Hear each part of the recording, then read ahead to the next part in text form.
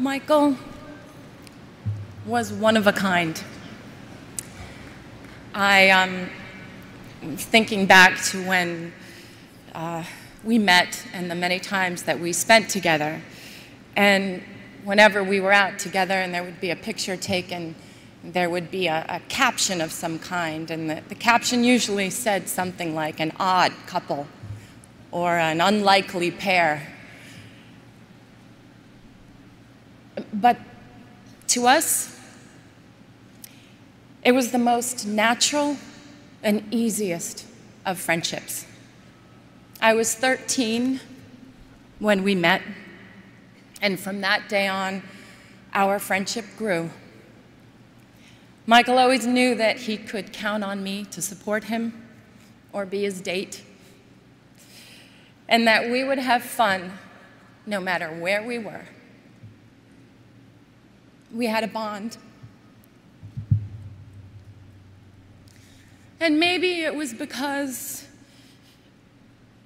we both understood what it was like to be in the spotlight from a very, very young age. I used to tease him and I'd say, you know, I started when I was 11 months old. You're a slacker. You were what, 5? Both of us needed to be adults very early. But when we were together, we were two little kids having fun. We never collaborated together. We never performed together or danced on the same stage, although he did try in vain one night to unsuccessfully teach me the moonwalk. And he just basically just shook his head and crossed his arms at my attempt. We never filmed a video or recorded a song, but what we did do was laugh. It was always a competition to see who could make the other one laugh more or be sillier. Michael loved to laugh.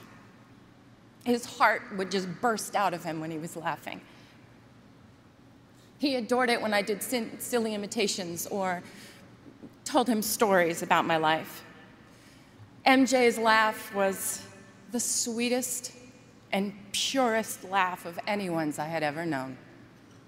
His sense of humor was delightful, and he was very mischievous.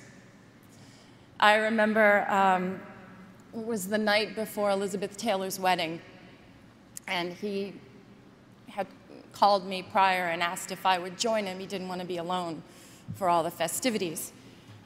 And it was the night before the big day, and Michael and I tried to sneak in to get the first peek of the dress. And we were just giggling like crazy, and we almost passed out in hysterics when we realized that Elizabeth was actually asleep in the bed. We thought she was in an entirely different room. And we had to laugh and sneak out. Then at the point of the wedding, when there was the first dance, basically we had to joke that we were the mother and father of the bride. Yes, it may have seemed very odd to the outside, but we made it fun and we made it real. When he started wearing the glove, I was like, what's up with the glove? I was like, look, if you're gonna hold my hand, it better be the non-gloved one because sequins really hurt me. He would dig in. He'd just shake his head and he would just smile. He loved to be teased. Seeing him smile made you feel like everything was going to be all right. To the outside world, Michael was a genius with unchallenged ability. To the people who were lucky enough to know him personally,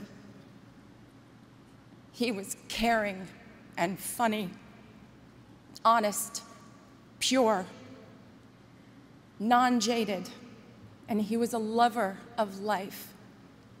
He cared so deeply for his family and his friends and his fans.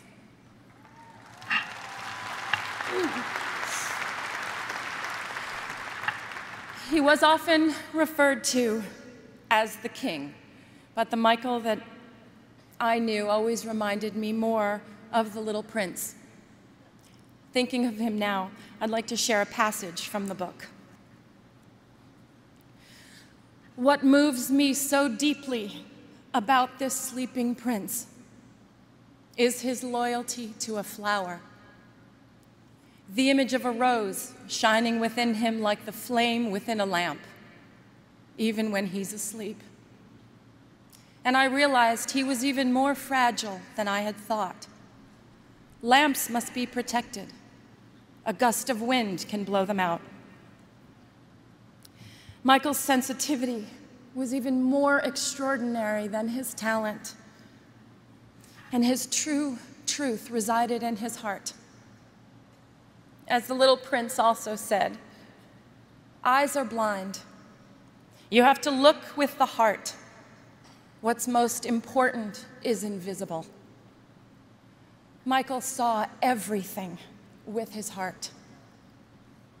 To his family, his brothers and sisters, Catherine, Joe, and to his children, Prince, Paris, Blanket, my prayers are with you.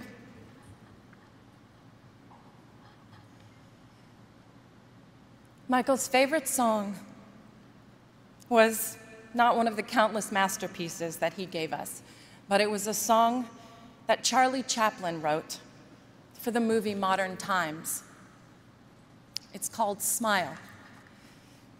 And there's a line in the song that says, "Smile though your heart is aching." Today, although our hearts are aching, we need to look up where he is undoubtedly perched in a crescent moon, and we need to smile.